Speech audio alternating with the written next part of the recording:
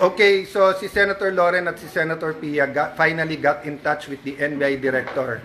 So they're here, they're here in the room. We have to turn off the lights dahil may putukan na nangyayari. Si Senator Pia and si Senator Loren called the NBI director. He said wala daw sila dito dahil pinaalis daw nila dito. So he said, please find out what's happening kasi nagpuputukan. Sabi niya walang magagawa kasi pinaalis. And then he started saying, wag kami magtaas ng boses. What will you do, Director, kung may putukan na at lahat ng staff mo at yung mga usaan mo naka-vest na lahat and hindi malaman mangyayari? What would you do? Hindi ba dapat ang sagot mo, ma'am, sir, I'll go there, I'll make sure you'll help? That's what I was expecting him to say. When Senator Loren was talking to him very calmly, I said, what are you gonna do about this? Pinuputukan kami dito.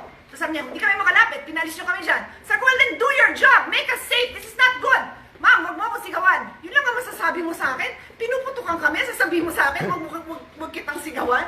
Sumisigaw ako dahil mataas ang emotion. So, I'll give everyone context. 4 senators got tips 30 minutes ago while we were talking na umalis na dito kasi may mangyayari. So, yung isa kapwa senador, yung iba kung sino-sino nagsabi. So, the emotions are high here because bakit kami paalisin? We're waiting for the articles of impeachment and we're having a meeting. Nasabi lang dadating na. So, again, no? Kung sino nakikinig from the government, this is the Senate of the Philippines.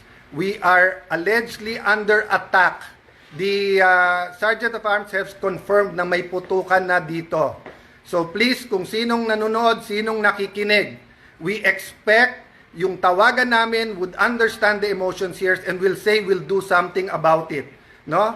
So the rest, mga nasa Senate, turn off the lights, stay low. Kung may active shooters, follow the protocols.